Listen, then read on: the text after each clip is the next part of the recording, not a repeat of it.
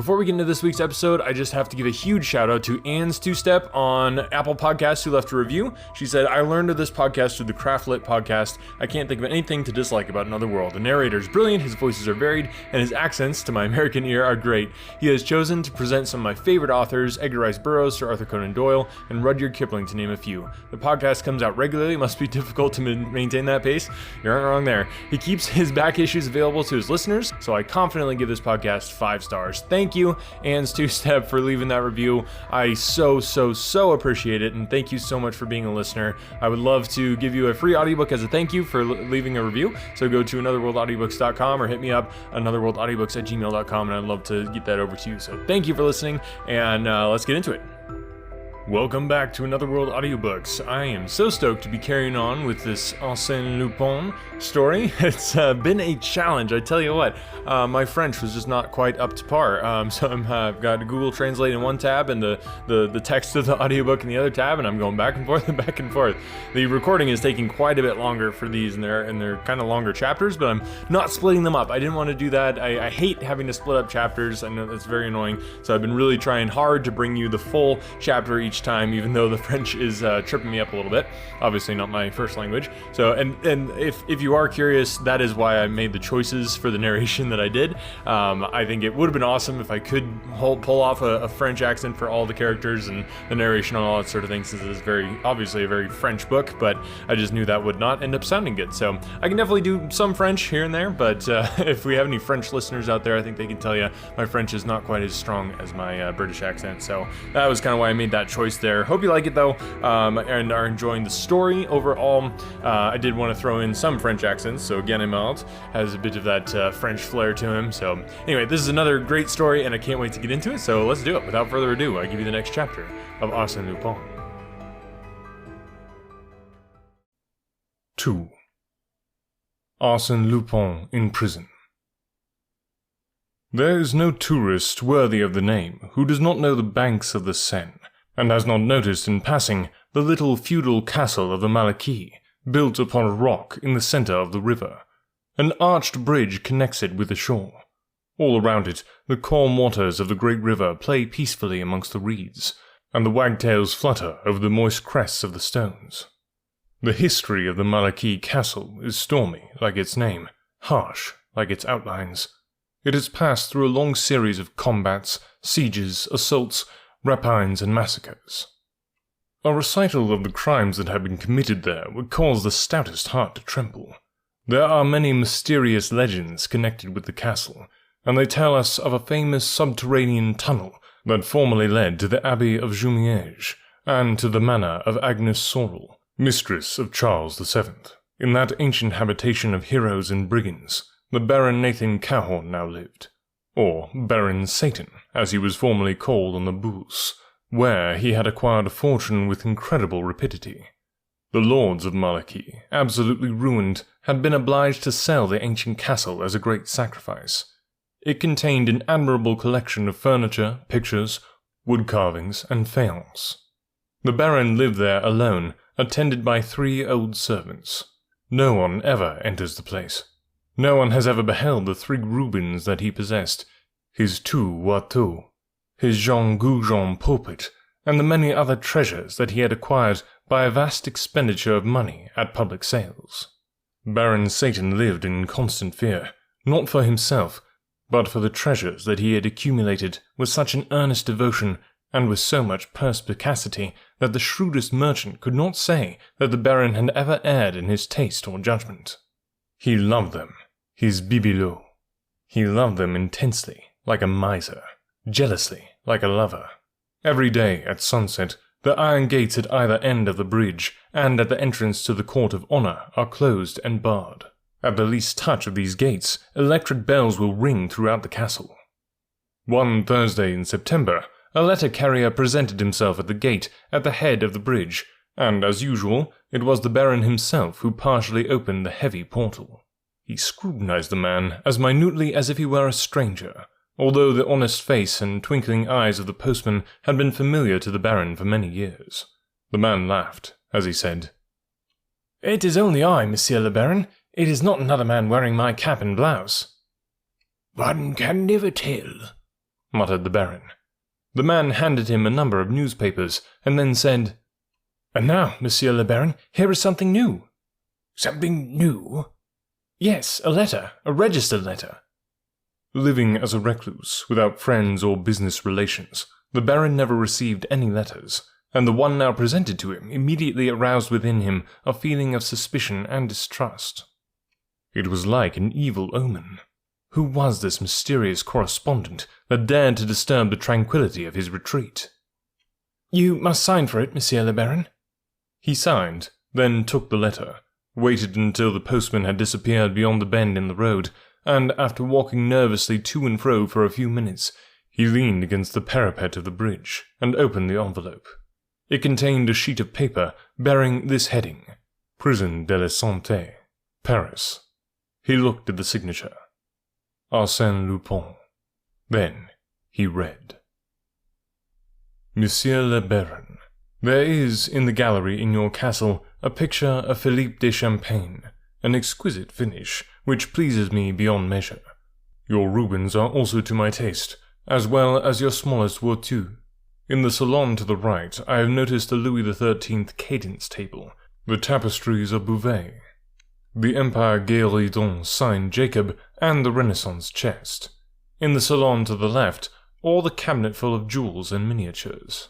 For the present, I will content myself with those articles that can be conveniently removed. I will, therefore, ask you to pack them carefully and ship them to me, charges prepaid, to the station at Batignolles within 8 days. Otherwise, I shall be obliged to remove them myself during the night of 27 September. But under those circumstances, I shall not content myself with the articles above mentioned. Accept my apologies for any inconvenience I may cause you, and believe me to be your humble servant, Arsène Lupin. P.S. Please do not send the largest Watteau. Although you paid 30,000 francs for it, it is only a copy, the original having been burned, under the Directoire by Boris, during a night of debauchery. Consult the memoirs of Guérin. I do not care for the Louis XV chatelaine, as I doubt its authenticity. That letter completely upset the Baron. Had it borne any other signature, he would have been greatly alarmed, but signed by Arsène Lupin? As an habitual reader of the newspapers, he was versed in the history of recent crimes, and was therefore well acquainted with the exploits of the mysterious burglar. Of course, he knew that Lupin had been arrested in America by his enemy Ganimard, and was at present incarcerated in the Prison de la Santé. But he knew also that any miracle might be expected from Arsène Lupin. Moreover, that exact knowledge of the castle, the location of the pictures and furniture, gave the affair an alarming aspect. How could he have acquired that information concerning things that no one had ever seen?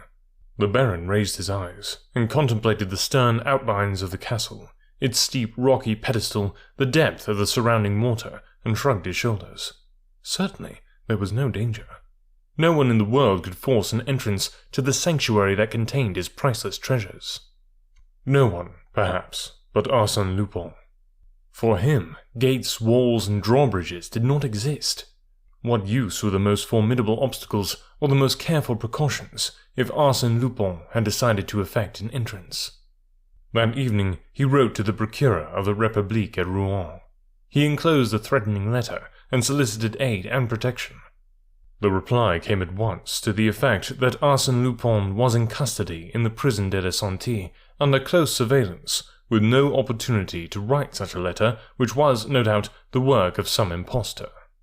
But, as an act of precaution, the Procureur had submitted the letter to an expert in handwriting, who declared that, in spite of certain resemblances, the writing was not that of the prisoner.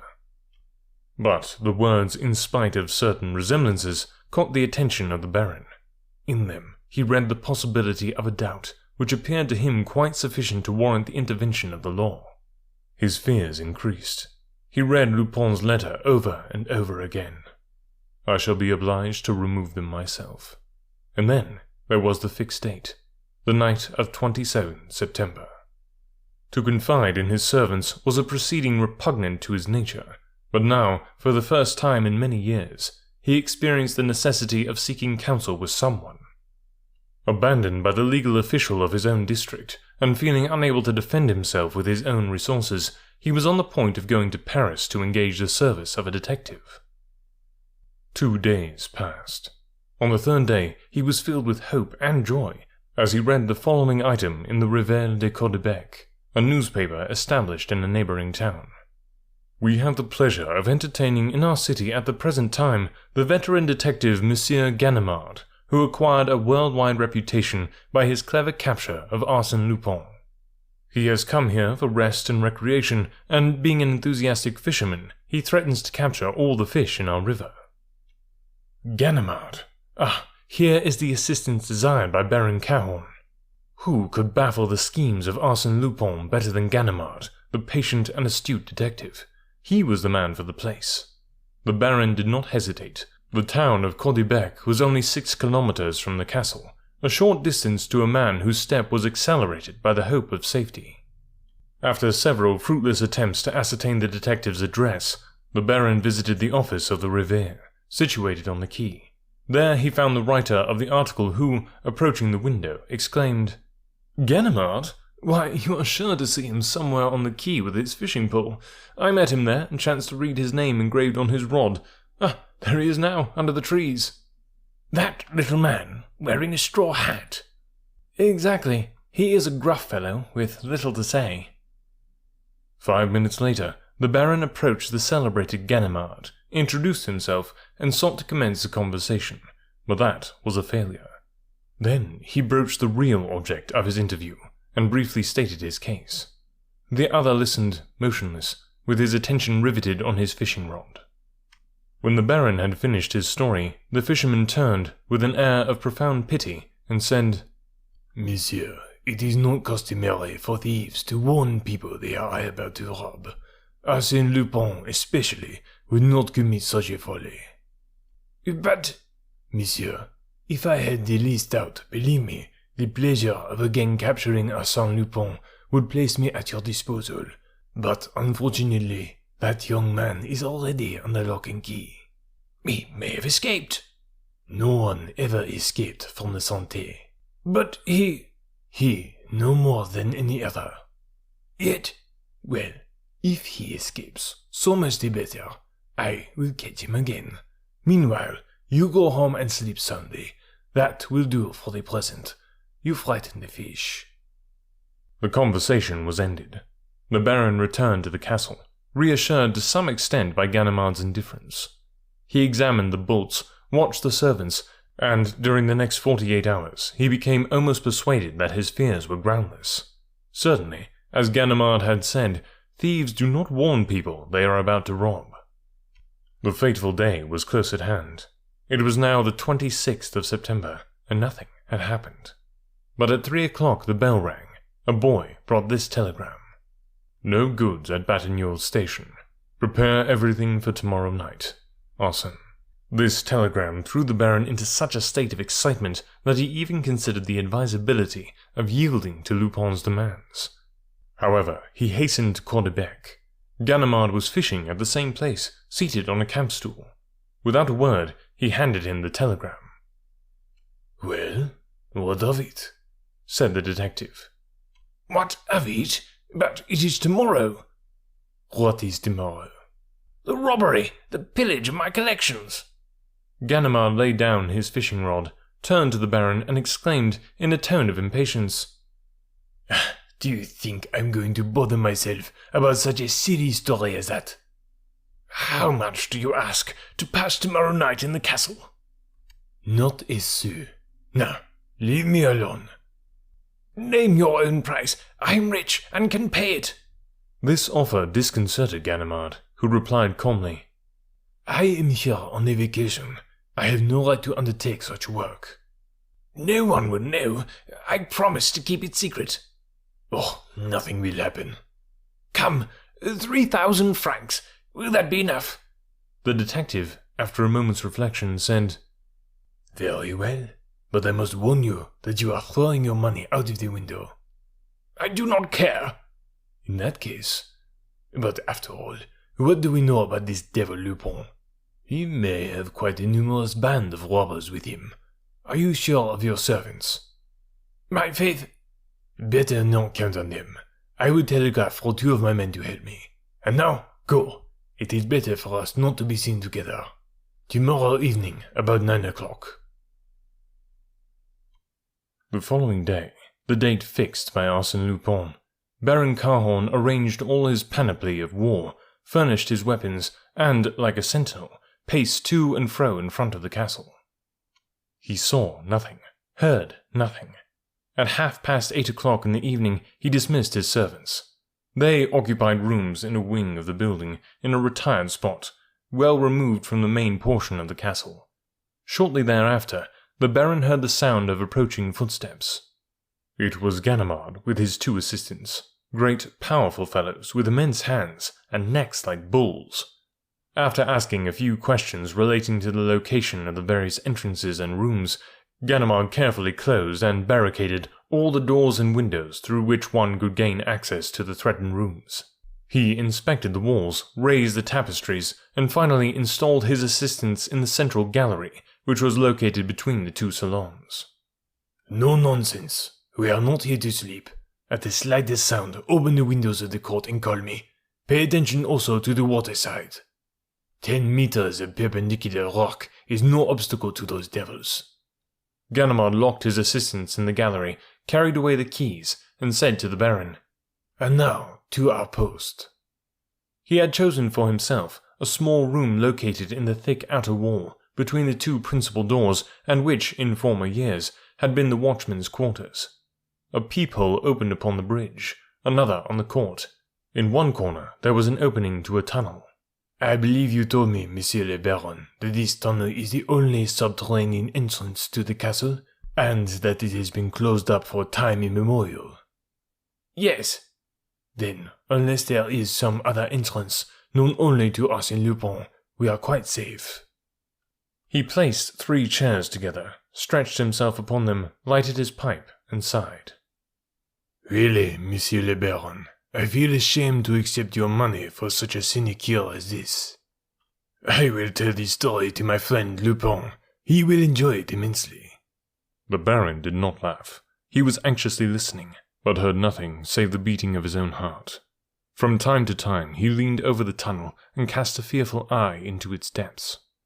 He heard the clock strike 11, 12, 1. Suddenly he seized Ganimard's arm. The latter leaped up, awakened from his sleep. Do you hear? Asked the Baron in a whisper. Yes. What is it? Are you snoring, I suppose? No, listen. Ah, yes. It is the horn of an automobile. Well? Well, it is very improbable that Lupin would use an automobile like a battering ram to demolish your castle. Come, Monsieur le Baron, return to your post. I am going to sleep. Good night. That was the only alarm. Ganimard resumed his interrupted slumbers, and the Baron heard nothing except the regular snoring of his companion. At break of day, they left the room. The castle was enveloped in a profound calm. It was a peaceful dawn on the bosom of a tranquil river. They mounted the stairs, Cahorn radiant with joy, Ganimard calm as usual. They heard no sound, they saw nothing to arouse suspicion. What did I tell you, Monsieur le Baron? Really, I should not have accepted your offer. I am ashamed. He unlocked the door and entered the gallery. Upon 2 chairs, with drooping heads and pendant arms, the detective's 2 assistants were asleep. Tonnerre de nom de chat! Exclaimed Ganimard. At the same moment, the Baron cried out. The pictures! The credence! He stammered, choked, with arms outstretched toward the empty places, toward the denuded walls where naught remained but the useless nails and cords.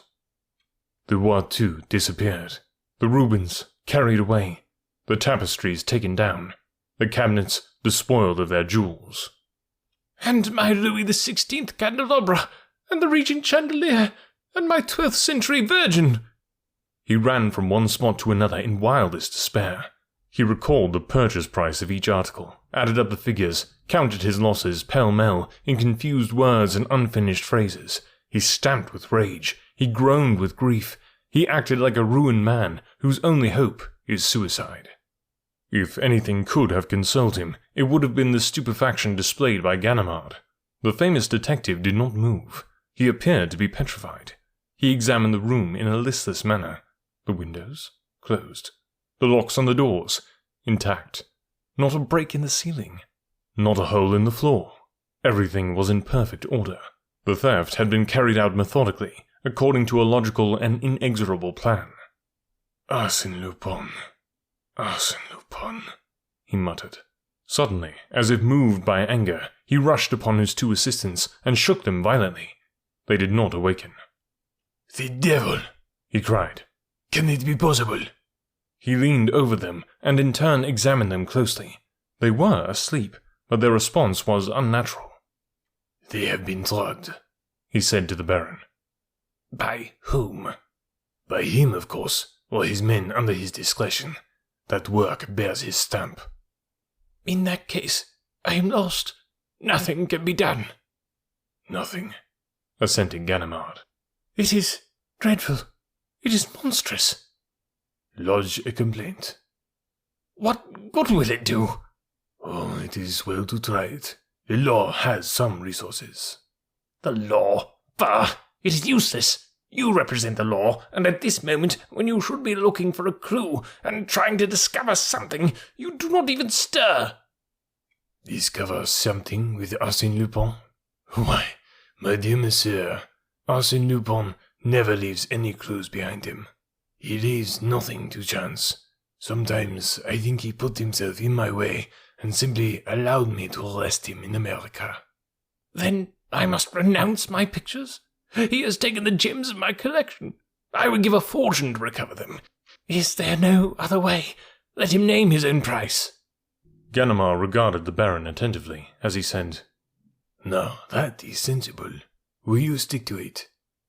Yes, but why? An idea that I have. What is it? We will discuss it later, if the official examination does not succeed. But not one word about me if you wish my assistance. He added between his teeth, It is true, I have nothing to boast of in this affair.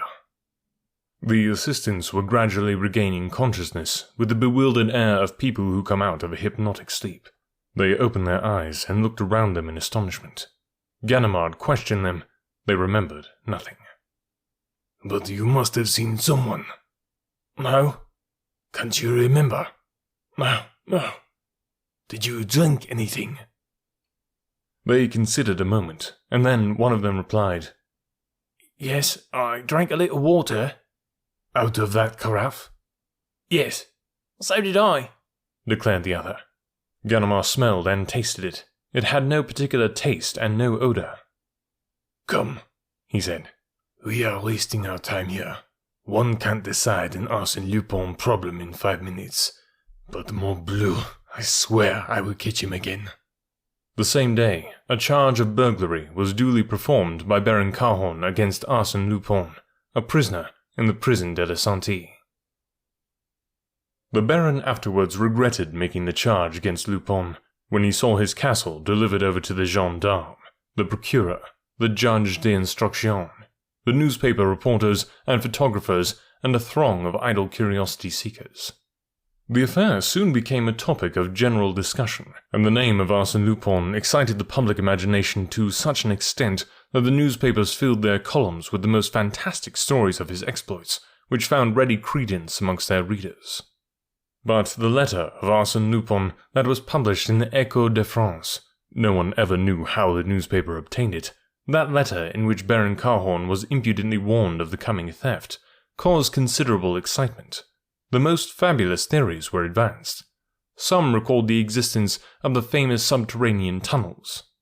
And that was the line of research pursued by the officers of the law, who searched the house from top to bottom, questioned every stone, studied the wainscoting and the chimneys, and the window frames and the girders in the ceilings. By the light of torches, they examined the immense cellars where the lords of Malaquis were wont to store their munitions and provisions. They sounded the rocky foundation to its very centre. But it was all in vain. They discovered no trace of a subterranean tunnel. No secret passage existed. But the eager public declared that the pictures and furniture could not vanish like so many ghosts. They were substantial material things, and required doors and windows for their exits and their entrances, and so do the people that remove them. Who were those people? How did they gain access to the castle?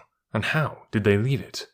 The police officers of Rouen, convinced of their own impotence, solicited the assistance of the Parisian detective force.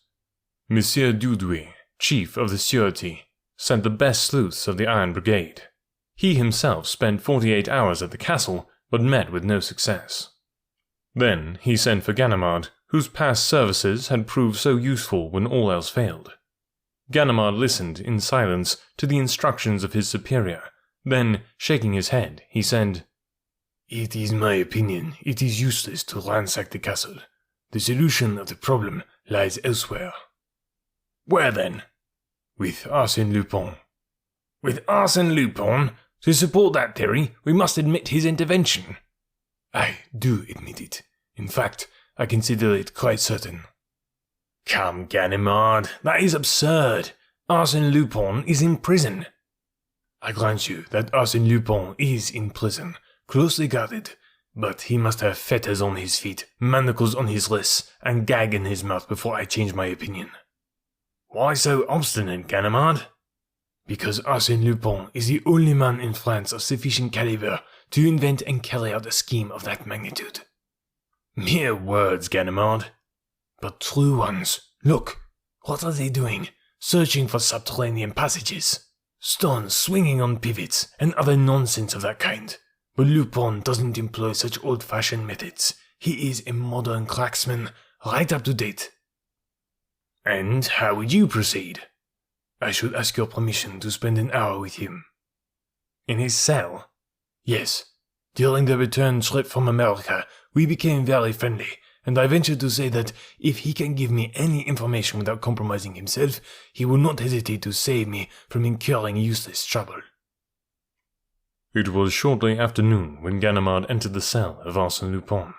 The latter, who was lying on his bed, raised his head and uttered a cry of apparent joy. "This is a real surprise. My dear Ganimard here." "Ganimard himself?" "In my chosen retreat, I felt a desire for many things, but my fondest wish was to receive you here." "Very kind of you, I am sure." "Not at all. You know I hold you in the highest regard." "I am proud of it." "I have always said, Ganimard is our best detective. He is almost, you see how candid I am, he is almost as clever as Sherlock Holmes. But I am sorry that I cannot offer you anything better than this hard stool. And no refreshments, not even a glass of beer. Of course, you will excuse me, as I am here only temporarily." Ganimard smiled and accepted the proffered seat. Then the prisoner continued. "Mon Dieu, how pleased I am to see the face of an honest man. I'm so tired of those devils of spies who come here 10 times a day to ransack my pockets and my cell to satisfy themselves that I'm not preparing to escape. The government is very solicitous on my account." "It is quite right." "Why so? I should be quite contented if they would allow me to live in my own quiet way." "On other people's money." "Quite so. That would be so simple. But here I am joking, and you are no doubt in a hurry. So let us come to business, Ganimard. To what do I owe the honor of this visit?" "The Caron affair," declared Ganimard frankly. "Ah, wait a moment. You see, I have had so many affairs. First, let me fix in my mind the circumstances of this particular case. Ah, yes, now I have it. The Caron affair, Malaquis Castle, Senafolière. 2 Rubens, a Watteau, a few trifling articles." "Trifling?" "Oh, ma foi, all that is of slight importance. But it suffices to know that the affair interests you. How can I serve you, Ganimard?" "Must I explain to you what steps the authorities have taken in the matter?" "Not at all. I have read the newspapers, and I will frankly state that you have made very little progress." "And that is the reason I have come to see you." "I am entirely at your service." "In the first place, the Caron affair was managed by you?" "From A to Z." "The letter of warning? The telegram?" "All mine. I ought to have the receipt somewhere." Arsène opened the drawer of a small table of plain white wood which, with the bed and the stool, constituted all the furniture in his cell, and took therefrom 2 scraps of paper, which he handed to Ganimard. "Ah, exclaimed the detective in surprise. I thought you were closely guarded and searched, and I find that you read the newspapers and collect postal receipts. These people are so stupid. They open the lining of my vest, they examine the soles of my shoes, they sound the walls of my cell, but they never imagined that Arsène Lupin would be foolish enough to choose such a simple hiding place. Ganimard laughed as he said, What a droll fellow you are. Really, you bewilder me. But come now, tell me about the Caron affair. Oh, not quite so fast. You would rob me of all my secrets, expose all my little tricks. That is a very serious matter. Was I wrong to count on your compliance? No, Ganimard, and since you insist. Arsène Lupin paced his cell 2 or 3 times. Then, stopping before Ganimard, he asked, What do you think of my letter to the Baron? I think you were amusing yourself by playing to the gallery. Aha, playing to the gallery. Come, Ganimard, I thought you knew me better. Do I, Arsène Lupin, ever waste my time on such puerilities? Why would I have written that letter if I could have robbed the Baron without writing to him? I want you to understand that the letter was indispensable. It was the motor that set the whole machine in motion. Now, let us discuss together a scheme for the robbery of the Malaquis castle. Are you willing? Yes, proceed. Well, let us suppose a castle carefully closed and barricaded like that of the Baron Cahorn. Am I to abandon my scheme and renounce the treasures that I covet upon the pretext that the castle which holds them is inaccessible? Evidently not. Should I make an assault upon the castle at the head of a band of adventurers, as they did in ancient times? That would be foolish. Can I gain admittance by stealth or cunning? Impossible. Then there is only one way open to me. I must have the owner of the castle invite me to it. That is surely an original method. And how easy? Let us suppose that one day the owner receives a letter warning him that a notorious burglar known as Arsène Lupin is plotting to rob him. What will he do? Send a letter to the procureur. Who will laugh at him because the said Arsène Lupin is actually in prison. Then, in his anxiety and fear, the simple man will ask the assistance of the first comer, will he not? Very likely. And if he happens to read in a country newspaper that a celebrated detective is spending his vacation in a neighboring town, he will seek that detective. Of course. But on the other hand, let us presume that, having foreseen that state of affairs, the said Arsène Lupin has requested one of his friends to visit Caudebec. Make the acquaintance of the editor of the Réveil, a newspaper to which the Baron is a subscriber, and let said editor understand that such person is the celebrated detective. Then what will happen? The editor will announce in the Réveil the presence in Caudebec of said detective. Exactly. And 1 or 2 things will happen. Either the fish, Cahorn, will not bite, and nothing will happen, or, what is more likely, he will run and greedily swallow the bait. Thus, behold my Baron Cahorn imploring the assistance of one of my friends against me. Original indeed. Of course, the pseudo-detective at first refuses to give any assistance. On top of that comes the telegram from Arsène Lupin. The frightened Baron rushes once more to my friend and offers him a definite sum of money for his services. My friend accepts and summons 2 members of our band, who, during the night, whilst Cahorn is under the watchful eye of his protector, removes certain articles by way of the window and lowers them with ropes into a nice little launch chartered for the occasion. Simple, isn't it? Marvellous, marvellous, exclaimed Ganimard. The boldness of the scheme and the ingenuity of all its detail are beyond criticism. But who is the detective whose name and fame served as a magnet to attract the Baron and draw him into your net? There is only one name could do it. Only one. And that is? Arsène Lupin's personal enemy, the most illustrious Ganimard. I? Yourself, Ganimard. And really, it is very funny. If you go there and the Baron decides to talk, you will find that it will be your duty to arrest yourself, just as you arrested me in America. The revenge is really amusing. I caused Ganimard to arrest Ganimard. Arsène Lupin laughed heartily. The detective, greatly vexed, bit his lips. To him, the joke was quite devoid of humour. The arrival of a prison guard gave Ganimard an opportunity to recover himself. The man brought Arsène Lupin's luncheon, furnished by a neighboring restaurant. After depositing the tray upon the table, the guard retired. Lupin broke his bread, ate a few morsels, and continued. But rest easy, my dear Ganimard. You will not go to Malaquis. I can tell you something that will astonish you. The Cahorn affair is on the point of being settled. Excuse me, I have just seen the chief of Sûreté. What of that? Does Monsieur Dudouis know my business better than I do myself? You will learn that that the pseudo-Ganimard still remains on very good terms with the Baron. The latter has authorized him to negotiate a very delicate transaction with me, and at the present moment, in consideration of a certain sum, it is probable that the Baron has recovered possession of his pictures and other treasures, and on their return he will withdraw his complaint. Thus, there is no longer any theft, and the law must abandon the case. Ganimard regarded the prisoner with a bewildered air. And how do you know all that? I have just received the telegram I was expecting. You have just received a telegram? This very moment, my dear friend.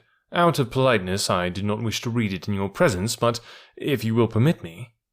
You are joking, Lupin. My dear friend, if you will be so kind as to break that egg, you will learn for yourself that I am not joking. Mechanically, Ganimard obeyed, and cracked the eggshell with the blade of a knife. He uttered a cry of surprise. The shell contained nothing but a small piece of blue paper. At the request of Arsène, he unfolded it. It was a telegram, or rather a portion of a telegram from which the postmarks had been removed. It read as follows. Contract closed. 100,000 balls delivered. All well. 100,000 balls? Said Ganimard. Yes, 100,000 francs. Very little, but then you know these are hard times. And I have some heavy bills to meet. If you only knew my budget, living in the city comes very high. Ganimard arose. His ill humour had disappeared. He reflected for a moment, glancing over the whole affair in an effort to discover a weak point. Then, in a tone and manner that betrayed his admiration of the prisoner, he said, Fortunately, we do not have a dozen such as you to deal with. If we did, we would have to close up shop. Arsène Lupin assumed a modest air as he replied, Bah, a person must have some diversion to occupy his leisure hours, especially when he is in prison. What? Exclaimed Ganimard. Your trial, your defense, the examination. Isn't that sufficient to occupy your mind? No, because I have decided not to be present at my trial. Oh. Arsène Lupin repeated positively, I shall not be present at my trial. Really? Ah, my dear monsieur, do you suppose I am going to rot upon the wet straw? You insult me. Arsène Lupin remains in prison just as long as it pleases him, and not 1 minute more. Perhaps it would have been more prudent if you had avoided getting there, said the detective ironically. Monsieur Jess, monsieur must remember that he had the honour to effect my arrest. Know then, my worthy friend, that no one, not even you, could have placed a hand upon me if a much more important event had not occupied my attention at that critical moment. You astonish me. A woman was looking at me, Ganimard, and I loved her. Do you fully understand what that means? To be under the eyes of a woman that one loves. I cared for nothing in the world but that. And that is why I am here. Permit me to say, you have been here a long time. In the first place, I wish to forget. Do not laugh. It was a delightful adventure, and it is still a tender memory. Besides, I have been suffering from neurasthenia. Life is so feverish these days that it is necessary to take the rest cure occasionally, and I find this spot a sovereign remedy for my tired nerves. Arsène Lupin, you are not a bad fellow, after all. Thank you, said Lupin. Ganimard, this is Friday. On Wednesday next at 4 o'clock in the afternoon, I will smoke my cigar at your house in the Rue Pergolesi. Arsène Lupin, I will expect you. They shook hands like two old friends who valued each other at their true worth. Then the detective stepped to the door. Ganimard? What is it? Asked Ganimard as he turned back. You have forgotten your watch. My watch? Yes, it strayed into my pocket. He returned the watch, excusing himself. Pardon me. A bad habit. Because they have taken mine is no reason why I should take yours. Besides, I have a chronometer here that satisfies me fairly well. He took from the drawer a large gold watch and heavy chain. From whose pocket did that come? Asked Ganimard. Arsène Lupin gave a hasty glance at the initials engraved on the watch. J.B. Who the devil can that be? Ah, yes, I remember. Jules Bouvier, the judge who conducted my examination. A charming fellow. Thank you guys so much for listening. I really appreciate it. Thank you for sharing the podcast. I know there's, all kinds of different things that you can do to support a podcast, but sharing is really the number one best thing that you can do. But huge thank you to my patrons. Thank you guys for supporting the show. It is so appreciated. I could not do this without you. If you want to become a patron, it would mean the world to me. Just like a cup of coffee worth of investment per month helps me to be able to continue this podcast, continue to bring you these awesome audiobooks. I'm also giving away a free audiobook. If you want the full version and don't want to listen episode by episode to any of the books that we've done, I would be happy and would love to send you the full version of the audiobook. So just go to anotherworldaudiobooks.com and you can request that. Thanks guys for listening, and I really hope you're enjoying this book. I'm loving it so far. Would love to hear from you. anotherworldaudiobooks@gmail.com. Looking forward to hearing from you, and we'll catch you next week.